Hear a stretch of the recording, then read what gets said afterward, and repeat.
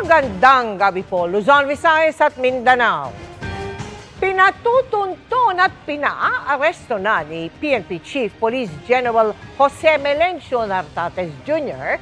sa buong pulisya si Senador Bato de la Rosa sa bisa ng warrant of arrest mula sa International Criminal Court o ICC. Pero panawagan ng PNP Chief kay De La Rosa, sumuko na lamang. Inihingi na rin ang senador ng red notice mula sa Interpol. Nasa Pilipinas pa naman umano si De La Rosa pero ayaw kumpirmahin ng pulisya kung nasusundan nila ang mismong lokasyon nito.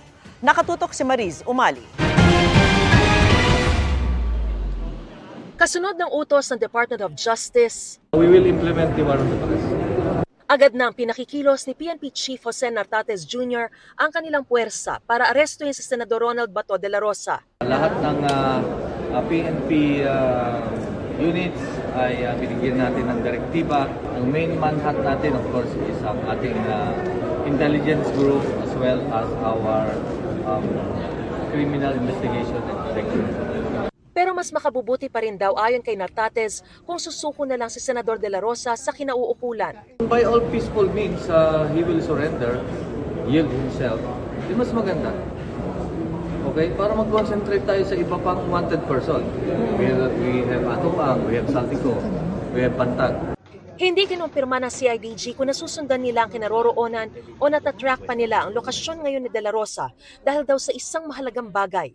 The mindset of Senator De La Rosa is the same as the mindset ng mga Philippine National Police personnel na active ngayon.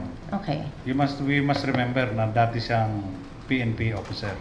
So I'm sure, and from my expression, body language, and the way I answer, ano niya po yon, i-interpret niya yun. Understood. He is a good intelligence officer. Pero pagsisiguro nila, What I can say is he is still inside the country. binalaan din nila ang sino man tutulong o hahadlang sa pagpapatupad ng warrant na maaaring makasuhan ng obstruction of justice. Bukod sa utos na pagpapatupad sa warrant of arrest ng ICC, ang DOJ humiling na rin daw sa Interpol ng red notice laban kay De La Rosa.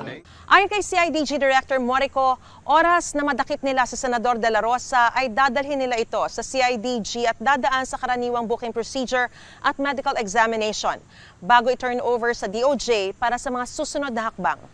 Mariz Umali, Nakatutok, 24 Oras.